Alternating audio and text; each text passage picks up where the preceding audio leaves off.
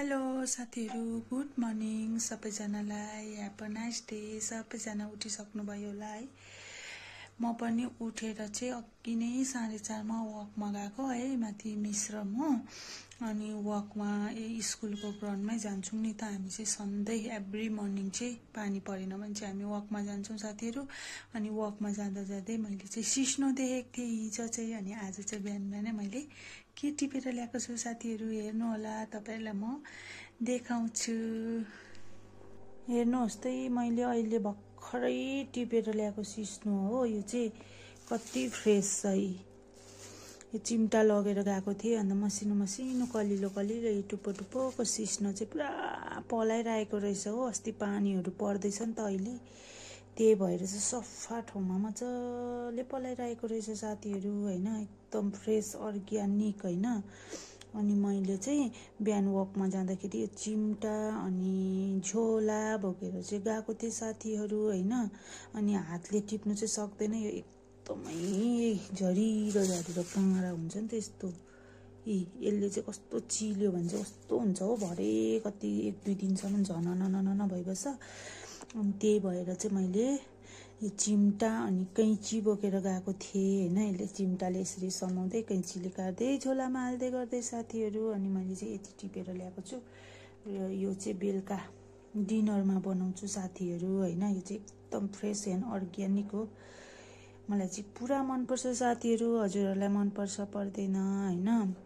म चाहिँ यसलाई अब यसमा चाहिँ अलिअलि पिठो छर्नुपर्ने हुन्छ साथीहरू। म तपाईँलाई पिठो पनि छरेर देखाउँछु है। यो पिठो चाहिँ किन छर्नु भन्दाखेरि चाहिँ नि, यसमा भएको कति किराहरू हुन्छ, हामीले आँखाले देख्दैन, केलाएर सक्दैन नि त।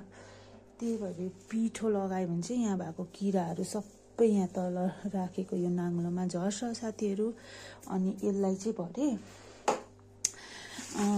आफूले अब पकाउने बेलामा चाहिँ मजाले बोलमा हालेर चाहिँ है, पानीमा 4-5 पानी छप्लङ धोएर चाहिँ पकाउनु पर्ने हुन्छ साथीहरू। म चाहिँ है पकाउँदाखेरि चाहिँ मजाले बोइल गरेर है पानीमा, अनि आलु पनि ठुल्ठुलो काटेर हाल्छु साथीहरू। आलु र यो सिस्नो सँगसँगै पाकेपछि लसुन कुचाएर हाल्छु। यसको मसला भनेको चाहिँ ओन्ली लसुन हो। तर अब कतिजनाले त अरू चिज हालेर पनि बनाउनुहुन्छ होला साथीहरू। तर म चाहिँ लसुन हाल्छु होइन। अनि चिम्फिङ छ भने चिम्फिङ हाल्छु, मलाई मनपर्छ चिम्फिङ हालेको। अन्त नुन हाल्यो है, मजाले पाकेपछि फिर्के लगाएपछि चाहिँ एकदमै राम्रो हुन्छ साथीहरू होइन।